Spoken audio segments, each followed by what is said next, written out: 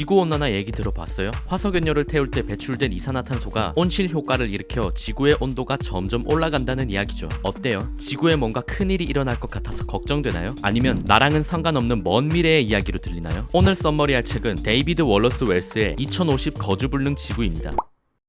산업혁명이 한창이던 1856년 당시 지질학계는 고대 지구의 온도가 현재보다 더 높았다는 사실을 알게 됩니다. 하지만 왜 높았는지에 대해서는 설명하지 못하고 있었죠. 그때 유니스푸트라는 과학자가 실험을 하나 고안합니다. 유리 실린더에 수증기와 함께 각각 다른 종류의 기체를 넣고 햇빛에 노출시킨 후 용기의 온도를 측정하는 것이었어요. 실험 결과 이산화탄소가 들어있는 용기의 온도가 가장 높이 올라가고 가장 천천히 식는다는 것을 알게 됩니다. 이산화탄소의 온실 효과를 증명한 최초의 실험이었어요. 하지만 그로부터 100년이 지난 1950년대까지도 인간이 배출하는 이산화탄소의 양이 매우 적고 대부분의 양을 바닷물이 흡수하기 때문에 지구온난화에 대한 걱정은 할 필요가 없다는 생각이 지배적이었어요. 그러다가 1958년 찰스 데이비드 킬링이라는 과학자가 대기 중에 이산화탄소 농도를 측정하는 연구를 맡게 됩니다. 킬링은 가장 오염되지 않은 대기를 측정하기 위해 남극과 하와이에 있는 마우나 로아 화산의 해발 3000m 지점에 관측소를 설치하죠. 관측 결과는 놀라웠어요. 사람들의 예상과 달리 관측을 시작한 지 1년 만에 이산화탄소 농도가 증가하는 것이 확인됐고 사람들은 드디어 지구온난화에 대한 경각심을 가지기 시작합니다. 그 후 1972년 민간 연구단체인 로마클럽의 미래 예측 보고서를 시작으로 88년 IPCC 창설, 92년 UN 기후변화협약, 97년 교토의정서, 2009년 코펜하겐 기후협약, 2015년 파리 기후변화협약 등 수많은 국가 간 협약이 체결되고 온실가스 배출량 감축을 위해 노력했지만 첫 관측 당시 약 300ppm이었던 이산화탄소 농도는 2020년 420ppm까지 치솟으며 매년 최고 기록을 경신하고 있습니다. 이런 이산화탄소 농도는 지구를 어떻게 바꾸고 있을까요? 유니스푸트의 실험처럼 이산화탄소 양이 증가한 지구의 평균 온도는 산업화 이전에 비해 약 1도가 높아졌습니다. 겨우 1도라고 생각할 수 있지만 인간의 체온이 1, 2도만 올라가도 몸살을 앓는 것처럼 지구에는 많은 변화가 일어나고 있어요. 먼저 기후를 예측할 수 없게 되고 있죠. 지구는 현재 우리가 살고 있는 지질 시대인 홀로세에 들어서면서 매우 안정적인 기후를 유지하고 있었습니다. 인류는 예측 가능한 기후를 바탕으로 농업을 시작하고 문명을 발달시킬 수 있었어요. 하지만 러시아 모스크바의 기온이 38도까지 치솟거나 겨울 평균 기온이 15도가 넘는 대만에 한파가 닥치는 등 이상 기후가 증가하고 있고 이렇게 예상하지 못한 기후는 사람들의 목숨을 직접적으로 위협할 뿐 아니라 농업에도 영향을 미쳐 식량 생산에 어려움을 줄 수도 있습니다. 그리고 빙하가 녹으면서 해수면이 올라가면 저지대에 있는 도시들을 침수시켜 기후 난민을 만들 수도 있어요. 인도네시아의 자카르타가 대표적인 피해 도시로 30년 후면 1000만 명의 보금자리가 바닷속으로 가라앉게 될 수도 있죠. 그래서 최근에는 수도를 옮긴다는 얘기도 나오고 있습니다. 이외에도 산불, 태풍, 가뭄 등 수많은 기후 재난이 증가하고 있으며 과학계에서는 티핑 포인트, 되돌릴 수 없는 지점을 이미 지났다는 의견을 쏟아내고 있어요. 이런 와중에 가장 무서운 사실은 이산화탄소 배출량 전체의 85%가 2차 세계대전 후에 배출됐고 이는 현재의 모든 변화가 겨우 한 세대 만에 일어났다는 것을 의미합니다.